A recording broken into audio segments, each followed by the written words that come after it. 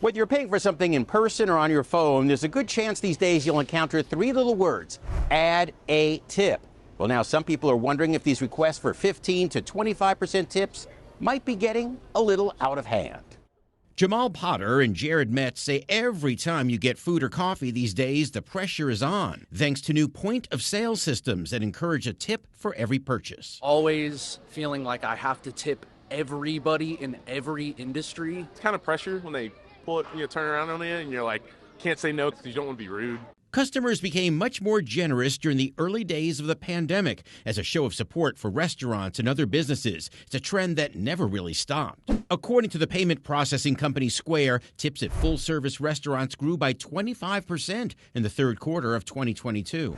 For restaurants with counter service, tips were up nearly 17%. First of all, really important to acknowledge that tipping is optional, but in certain situations, it is expected. NerdWallet's Kimberly Palmer says with digital payment methods replacing the old tip jar, it's easy to spend outside your budget. Often we feel like other people can see what we're tipping, maybe even the employee themselves. And so it can feel a little uncomfortable. So I think it's really worth just thinking through. It's okay to decline a tip if it's a situation that doesn't call for one. According to NerdWallet, you should always tip servers and bartenders the standard 20%.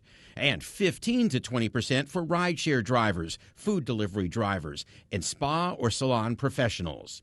Kimberly says if you can't afford a gratuity, maybe it's time to rethink the purchase. Trisha Kelly says if 20% feels too high for a snack or coffee, customize and tip a little less. I don't mind it because I can obviously do the custom tip. And that way you don't waste your money. I'm John Matarese.